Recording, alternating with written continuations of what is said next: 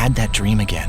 My small business needs to hire, but I don't use LinkedIn, and I hire wrong. So then I'm doing IT, and when I go to plug the servers in, they become sentient, and they won't let us access our network unless we forward their chain emails and memes to more and more and more people, and then I wake up.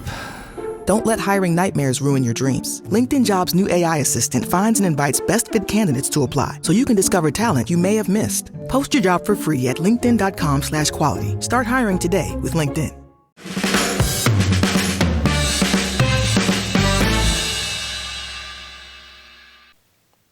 Welcome to No Question About That. This is United In-Car Finance Pod with Jamie Subprime Goals, or the Director's Inbox. You're expanding your empire, as we talked about last time. How's it going, Jamie? Yeah, all good. Another fun day in football finance / Man United finance world. Yeah. Plenty of stuff to get stuck into, but no, it's all good. Kind of finalising the run up to Christmas, trying to get a few things finished, and then push quite a lot of stuff into the new year, so don't have to think about it. Well, United had a big win on the pitch this week against Wolves. Truly one of the crappiest teams I've ever seen in the Premier League. But you've got to play what's in front of you. How are United doing off the pitch financially? That's what we'll discuss today. So Q1 results out. So that's July, August and September. And we'll get into the headlines. A little bit of context, though. This quarter is always a bit weird because it covers some of the transfer market. And so when we look at wages, which are, I think, one of the headline figures here, it includes some players that aren't actually at the club anymore. You have to try and work out how many weeks were they there again? How many Anyway, it kind of factors into our wages, and which have come down again. But let's go to the top lines. Revenue, 140 million. It's only a slight loss year over year, which may be a surprise to some people because obviously last year we had Europa League games to play. This quarter, a year on, no Europa League games. But how have United kept up with that? And what's going on with the total revenue? Yeah, so there's a few moving parts here. We can start on the match day revenue, which, as you say, was broadly flat year over year. I think the key thing here is, yes, no Europa League, but that only accounted for one extra game. And I think there was an EFL Cup game. So really, in this specific period, there was only 2 extra games. And the likelihood is neither of those games would have been huge revenue generators for the club, just because they wouldn't have been sold out. And therefore, why is it flat? Well, there's a little bit of that offset by the higher ticket prices. So predominantly the season tickets, but then also the hospitality initiatives. So that involved the relocation of some fans that sat near the director's box and the dugout areas. Those kind of higher price tickets are now kind of coming through. And really, those are the dynamics at play. So, look, financially, that, is a good result for the club. Clearly, that comes with some negatives in terms of impact on fans, which is continuing to be felt both in terms of prices, when matches are, et cetera, et cetera. I would expect that to potentially fall a little bit more pronounced in subsequent quarters, because that's when you'll really start to see the impact of fewer games coming through. Yeah. And it all rolls down to a slight increase in EBITDA and a slight increase in pre-tax losses. It's much of a muchness, honestly. It's a few million here or there. I don't think it's really a headline anywhere. Probably the big thing to talk about, though, I mean, if you look across the main, as you said, matchday commercial and broadcast, it's pretty flat year over year, adjusted a little bit for one game here or there, and ticket price increases, as you say, rolls into a slight increase in EBITDA gains, slight pre-tax loss. The big headline is debt, though. I think the main sort of bond debt is about even. It's 480 something million pounds if you convert it. The revolving credit facility, though, United are very close to the top of that. I mean, I think there's something like 80 million left on that. 350 million is the total credit facility. 270 odd or something like that is what United are at. Means if you take cash in hand, which is not much, total debt is something around 740, top end of 740 million. Now, kind of eye-watering, Jamie. Don't know about you, but I'd worry if I had 750 million pounds worth of debt. Yeah, look, I think the headline is scary.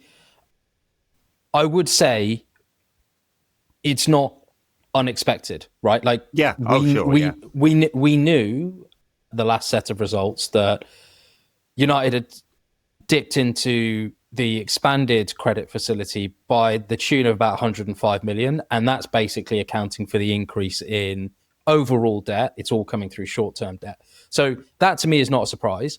Is it a good thing or is it a bad thing? Well, look, I think it's a reflection of where the finances are, and what we've consistently said is there are underlying improvements being made, but we're not out of the woods yet, and there is a long way to go. So without further sponsorships, without fresh equity, which won't happen because of how the deal's structured, all of the improvements in United's finances, at least in the short term, so the next 18 months, kind of have to come from within the club themselves. Yeah. And I think that's where, we talked about kind of on the wages front, that's where that piece is so critical. So yeah, look, it's a scary number. It's not unsurprising, but in the context of the deal between Ineos and the Glazers, I can totally understand why debt is as it is. Yeah, absolutely. There's not a lot United can do about it in this kind of current structure. We're going to have to see some equity changes to make some changes there, but it's getting to the point where it looks big even for someone like Sir Jim Ratcliffe. Of course, net debt comes off the overall enterprise value anyway, so it's taken into account if there is a change of ownership down the line. So I guess that's much of a muchness, but it is a brutal number. And given that there will be, as it stands, no additional cash injection, it does mean United don't have a lot of flexibility, right? So they've cut as much as they can. The player wages, I mean, they're down at a really low level. We're probably spending just a bit above Villa, Newcastle and Spurs, right? We definitely spend less than City, Liverpool and Chelsea and Arsenal now on our player wage budget. They've reduced the non-player wage budget, as we've talked about previously. Like, staff went down from 1,150 to at least sub 900, but it's probably much more than that. I don't think it was clear in these results exactly how many staff United have now. I don't know whether you saw it and I missed it. No, it's not out yet. I mean, look, the headline cuts probably take it to about 750, but United have been rehiring a little bit, kind of, in terms of just change, in line with the kind of change structure. Yeah. So I don't know, maybe kind of around the 800 mark is probably where I expect it to level out to, maybe a touch above that, something along those lines. Yeah, and compared to, one normal human earns 100th of what a player does or something like that. So it rips out like a certain amount of cost. I think we estimated before, around about the 50 million a year. That's significant, but it's almost as if it's the club right-sizing itself for not being in European football. And if we want to progress, European football is really what we need. Obviously, ideally, the Champions League. Europa League's not bad. Conference League, dearie me. It's a sort of football finance question, but you'd be worried for United if we were in Conference League. It depends on each individual contract whether they get the European bonuses. I assume that if they have written it into most contracts that they won't get European bonuses in the Conference League, but United wouldn't make much out of the TV pool at all. Some out of match day, but you'd not expect many of those games to sell out, and you need a bigger squad. So it's not a great position to be in if United finish 7th this year, which is not unrealistic. Yeah, look, I think on the contracts, I think they would probably structure it so that there was a bonus for qualifying for the Champions League in terms of new players, rather than kind of like a negative scenario if your wages get cut if you're in the conference. Yeah, for sure, yeah. I think, look, there's a big debate about youth at the moment at United. I think if United were in the Conference League, what would I be doing? I'd be using that as a tournament to blood the youth. I'd also fancy going to some of those stadiums. I actually just received a book about the top 100, what's it called? Europeans' Greatest Football Grounds, which is the top 100 to go in Europe, some off the beaten track. And I think the Conference League would touch on many of those. But yeah, look, if that was an eventuality, I would say blood the youth in that competition, because ultimately it's going to be a cost to you. If you can then run, the rest of the fixtures using your normal first team squad, I think that's fine. Doable, yeah. All right. So where does this leave United at the moment? I mean, it's Q1, right? As I said, a bit lumpy. We'll get a better idea, I think, in Q2, honestly, of where the United's, at least on the wage budget. I'd imagine given all the players that left and the timing of when they left, quite late in the transfer window, we're probably a little bit under where we were last year in terms of player wages, because the players that came in were on reasonable wages. We're definitely under. On my estimates, look, I think if we talk about the exit rate, i.e., like if you smooth out the impact of when players got sold and when players got bought, I think the underlying wage bill on a quarterly basis is like, and this is total wages, is just under 70 million. So I reckon it's about 5 million lower than what it currently is. Yeah. Like I think that's fine. There is arguably, a bit more savings to be made, through the squad, and at the very least we'll see that at the end of the year.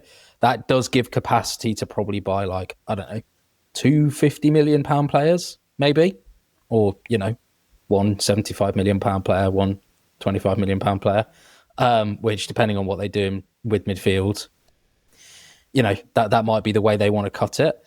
So look, yes, they've cut the wage bill, but I don't get scared by that, because the reality is where United were finishing based on their wage bill, like it didn't justify it. Yeah. And sure. Yeah. I think you have to take in the context of, this is kind of like a special situation. It's quite a risky, like if you want to really reset things, and, this is something that does irk me a little bit about the narrative sometimes, is that, over the summer, everyone seemed on board with this whole rhetoric of, okay, we've got to burn everything to the ground and rebuild from scratch. But then, like, this is what that looks like. Yeah. And so you have to take the pain with it. Yes, I think if we talk about strategy, you can see the path. What I would flag as the major risk is United effectively saying they have to beat the market. And that is certainly something we haven't done over the last decade. Are the new guys smarter? We'll see. They're putting the structures in place to make better decisions, I think. And you see that both in terms of how they've restructured departments, so new heads of everything. A lot of the staff that had been fired have been partially replaced in different areas of the club. So the data team has been built out. We know the recruitment team has changed significantly, so they lost nearly half their scouts, concentrating on high tier areas, and then perhaps a little bit through Vival's network on areas that they had not focused on before, South America. So there's a change in strategy. You can see that, and you hope that brings better decisions. But if the biggest factor in success, depending on who you believe in their research, is the wage bill, then United should not finish higher than about fourth, right? So you have to beat the market at some point. And then I guess you're saying, I mean, if you look at Arsenal's trajectory in terms of their finances, they were not a high-paying club 5 years ago. Now they are. And so United are going back to that to rebuild from there. And they just have to make 80% decisions correct, basically. And that's outside of all the finance and the debt and stuff like that. So strategically, it's a tough it's a tough position, but they kind of have to do it. And then, like, in terms of spending, it's when, right? So they have not a lot of capacity right now. They'll have more in the summer. The outgoings will be interesting because who are the high-value tickets to be sold left in the squad that just aren't really any? We'll talk about one prominent one in a little bit. And that's the thing that will give them capacity. So, you can imagine both in January and summer, there'll be a lot of clamour to spend a lot of money. Where that spending can come from, like what cash United have on hand to actually spend, is kind of interesting, even when they've done all this restructuring.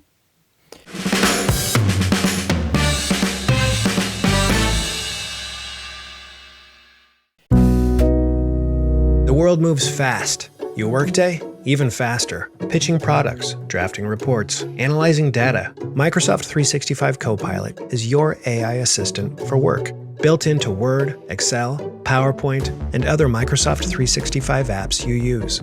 Helping you quickly write, analyze, create, and summarize. So you can cut through clutter and clear a path to your best work. Learn more at Microsoft.com/M365 Copilot. New Year, same extra value meals at McDonald's.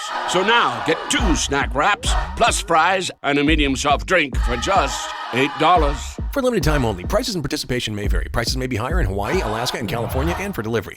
Yeah, and like, look, on that point about beating the market, look, football is a low-scoring game, and therefore there is a higher probability of failure as a result of that, i.e. like the ability for a team that's not played as well as you to beat you is higher in football than pretty much most sports, right? So whilst you can have the right strategy in place, bad luck does play a big role in football where it might not in others, like say a basketball. However, are we set up or setting ourselves up in such a way to be able to beat the market or be more likely to beat the market? Yes. And I think that's almost as good as you can do. Like, look, if we ended up being like Arsenal in terms of their trajectory, fantastic. If not, you're playing the probability games and should be at some point. On transfer spend, yeah, without further sponsorships, as in new sponsorships coming in, it's going to be still largely to do with player trading. I think there is probably some capacity to do something opportunistic, maybe in like the 30 to 40 million range, if nothing else, which I think is the reason why is it João Gomez at Wolves has been talked about. But I think the reality is like that's a little bit of a bet on, okay, if we get a midfielder in that's more suited to the formation, the system, whatever, it will then propel us to Europe. United's previous leadership have been, culpable of making that type of decision multiple times in the past. And that's how we've got here. So the prudent part of my brain, like if I put my CFO hat on, I'm like, well, no, we've kind of made the decision that we're going to be playing the probabilities, right? Like, do we need to spend or do we need to take the risk on incremental spending, which ultimately, if it doesn't work out, if the player that we buy gets injured for 6 months and is out for the rest of the season, well, that was a big waste of money because now we've also eaten out of the summer transfer, the summer budget. Yeah, sure. Yeah. But if you're thinking with a football hat on, you're saying it's really tight between 4th and 10th. 5th place might get you into the Champions League, probably would. 6th will definitely get you into the Europa League, depending on where the FA Cup falls. 7th might even do that as well. Is it worth chasing that dream? Yeah, it's certainly worth chasing that dream if you're talking on pure football terms. Yeah. So, I mean, the perennial debate amongst fans and football directors. Exactly. It's like that is the line from, I think, not just football directors. I'd probably say 80% of football owners in history. Mm-hmm. Like, look, we don't know the right answer. But I think the other thing is the targets that we're reported to be in for, there's not going to be a deal for them in January. No, I think that's fair enough. Yeah, there won't be. Okay, I wanted to talk about some of the underlying stuff as well that we missed out. United's wages to turnover ratio is at its lowest point since 2020 now, just above 50 something percent. I mean, historically, United have always done that because we have a big turnover revenue. And there's only so much you can spend on wages. But it's at a very low rate. It does set up United really well for potential European competition later or under the new squad cost rule. United are in a good position there, I'd say. And we talked about it last time out. Some of the other underlying numbers, Kieran Maguire calculated that United have now lost under the Glazers more than $500 million in cumulative losses. Nice little headline there. And also well over $1 billion. That is, pick your currency, spent on net interest.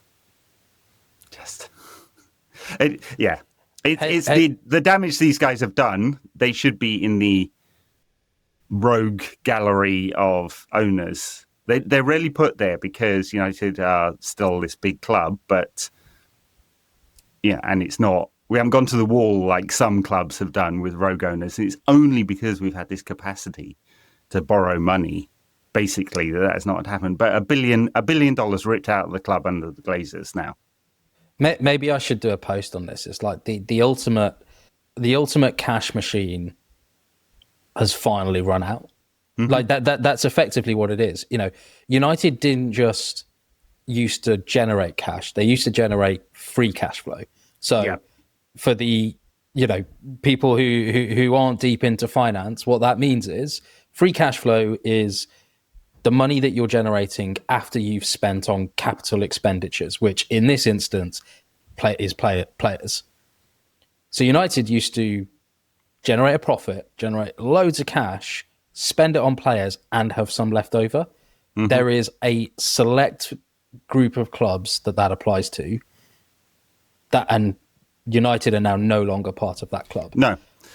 That's very true. And, whatever ranking you want to put United in, we are slipping down the list, whether it's top line revenues, although that was record for the last full financial year. Of course, for certain reasons, it won't be there this year, certainly.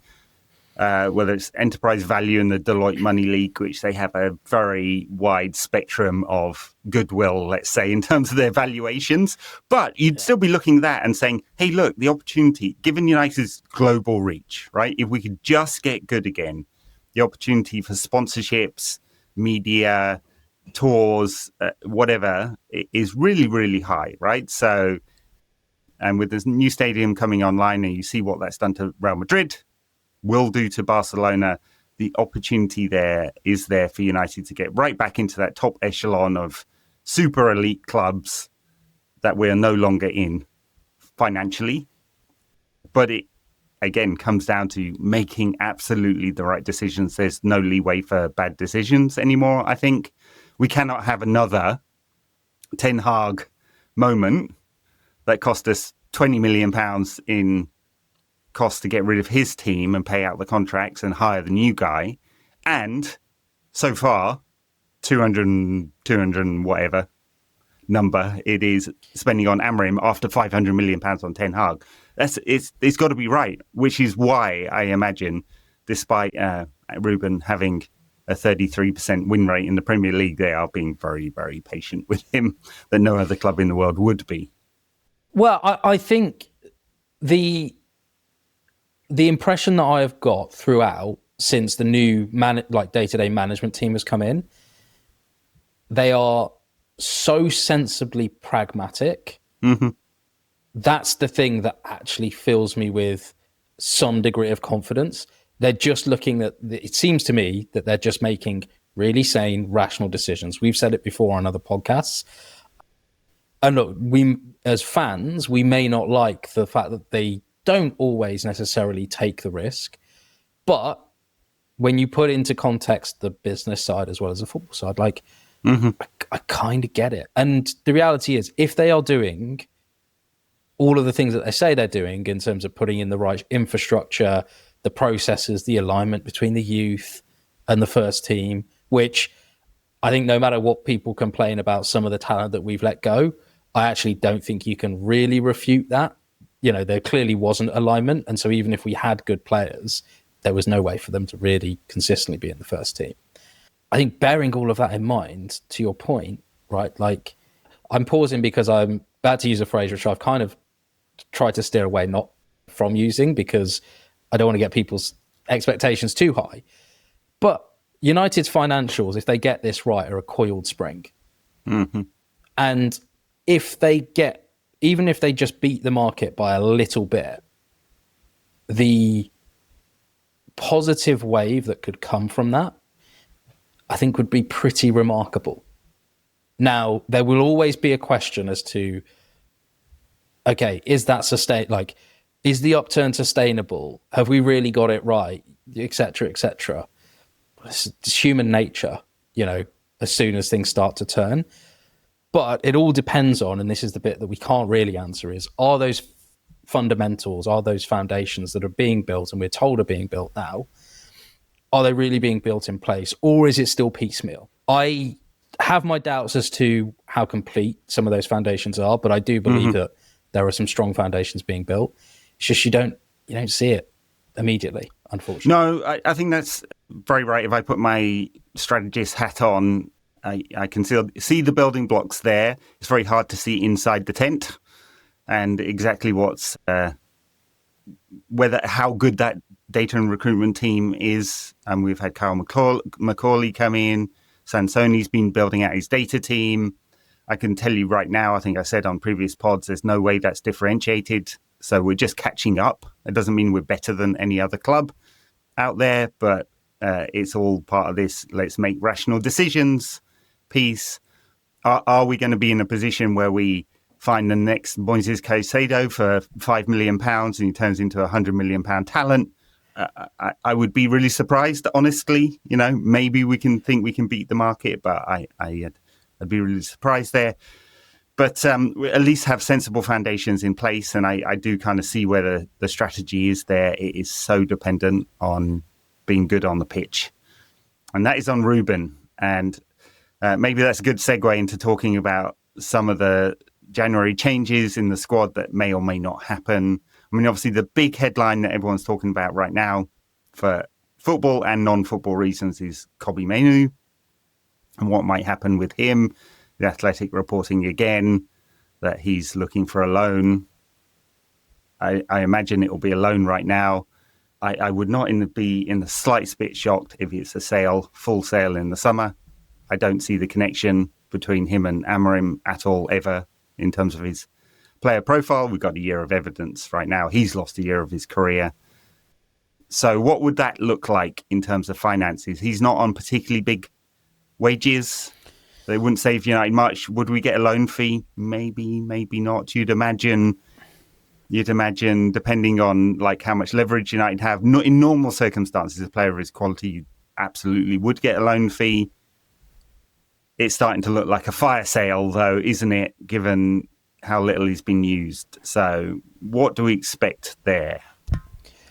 I think if he went on loan, we'd probably get a loan fee. Low to mid-single digit loan fee, 3 to 5 million. Wages covered. Wages covered. Yeah, so all in all, you're probably making 5 to 7 million gain all in through the second half of the season. Can he, impact on the financials if he is sold? Well, okay, not much wages, no amortization, pure profit on the books. PSR isn't a concern, neither is squad cost rule. So that's all by the by. It would be cash to be able to buy further players. So the next step is cash to buy further players. So actually there'll be quite a big incremental cost to replacing Mainoo, which in the wider context of squad cost rules that we talked about last time, that will be a real consideration going forward in terms of selling youth in order to buy a new player. You get the 1 year of profit, but actually you're taking on way more costs. So selling Mainu would be a cash, realistically speaking, a cash decision. Do I want him to go? No. Love him as a player. I even went to see an England game at Wembley to see his debut. But if we're talking about rational decisions, the footballing department, because I don't necessarily think this is just, and it's been painted as an Amorim thing, but clearly, if he was breaking ranks versus what the rest of the footballing department thought, we'd probably be hearing a bit more about that. And maybe less to do with a sale. So, look, I think it's the harsh reality of what rational decision making is in this scenario. Right? Like, I've heard some people saying, well, maybe we shouldn't have bought Cunha so you can put Bruno in the 10 and have Cobby as one of your two central midfielders. Like, I get that sentiment, but I'm not really sure that that is the correct answer here.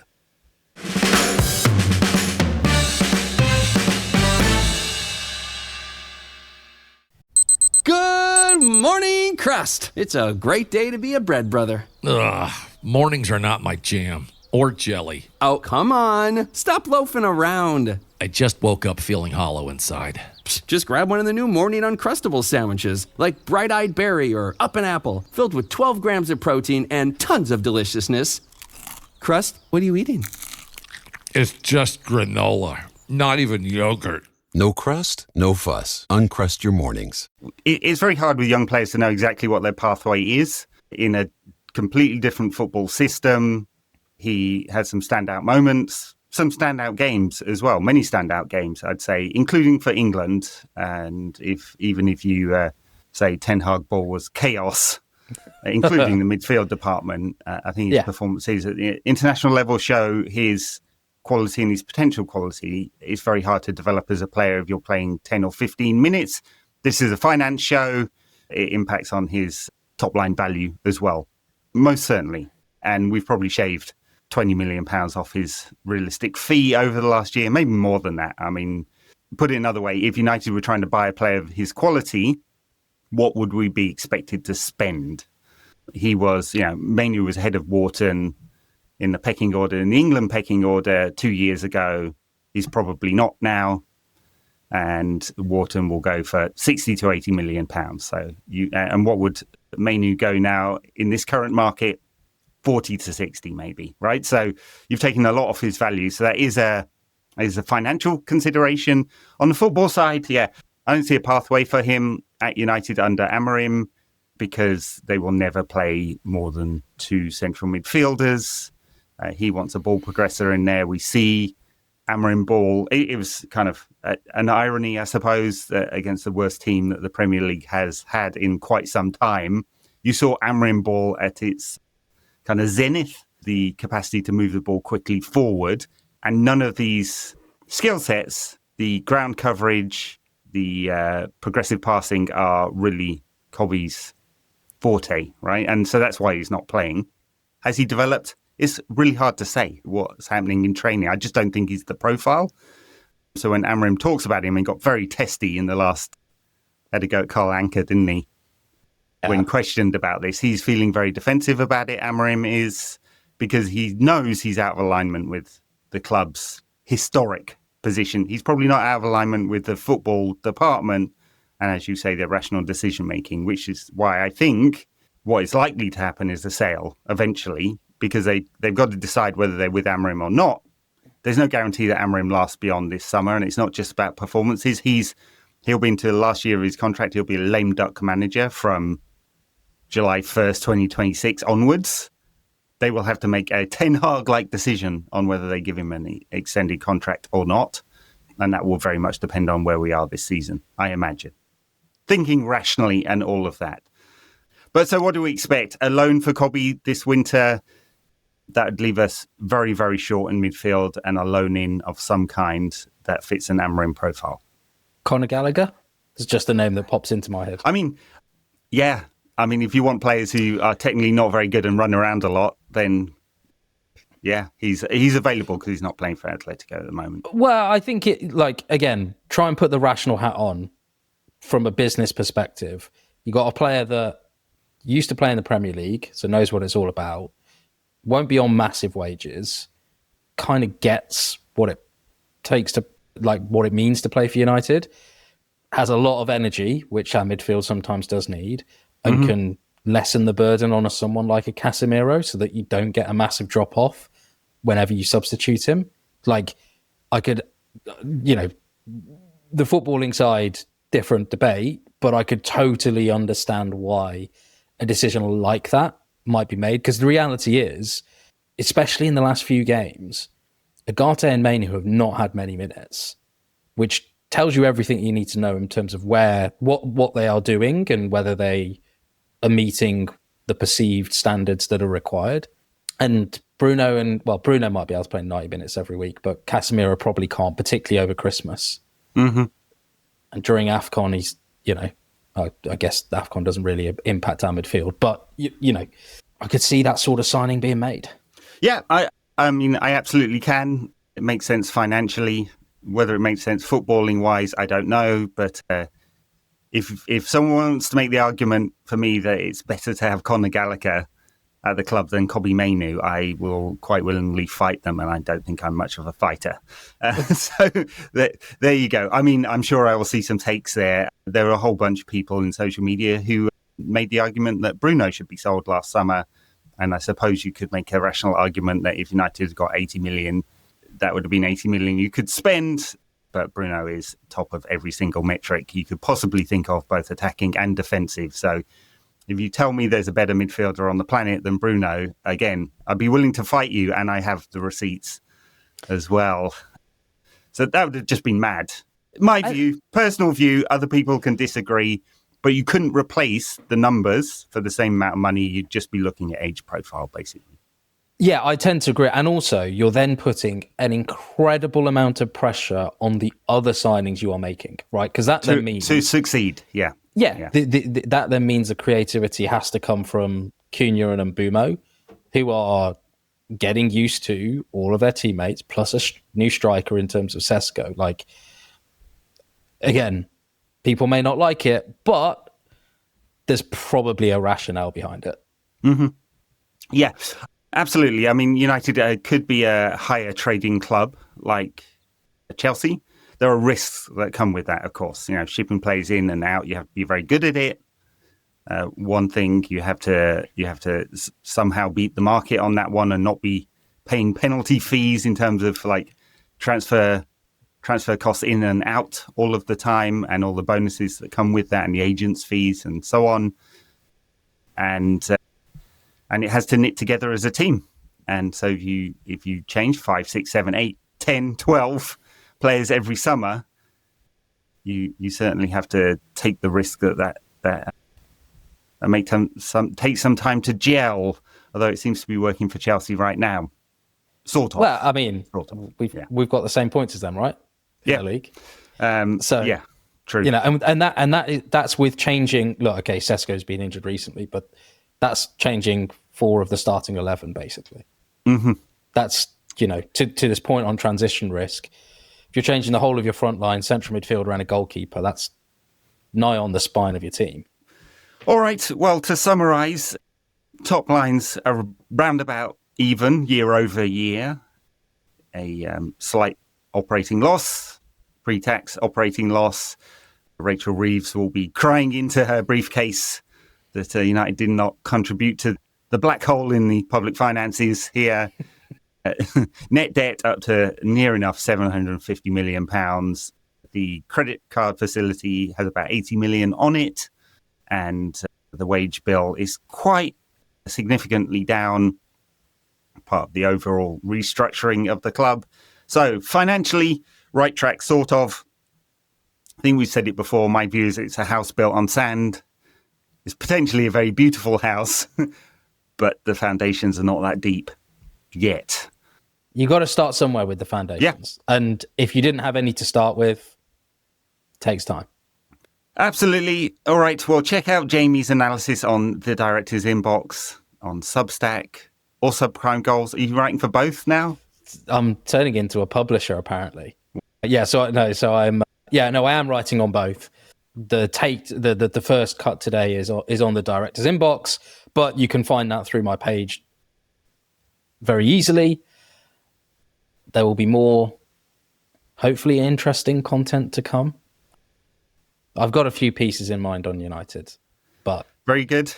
Well, if you want to look sexy at Christmas parties, roll out Jamie's analysis of United's finances. It will get you the ladies, guys, whatever you're into. Honest. Probably not. Probably not. All right, Jamie, thank you very much. Thanks a lot, Ed. Till next time. Yeah, till next time. Listeners, viewers, you can catch us on all the apps. If you're watching, if you're not watching, if you're listening, you can check us out on YouTube. Jamie's the director's inbox at Substack. I'm NQAT Pod at Substack. And our Patreon, if you want the extra show each week, is at patreon.com/NQAT Pod. Bye now.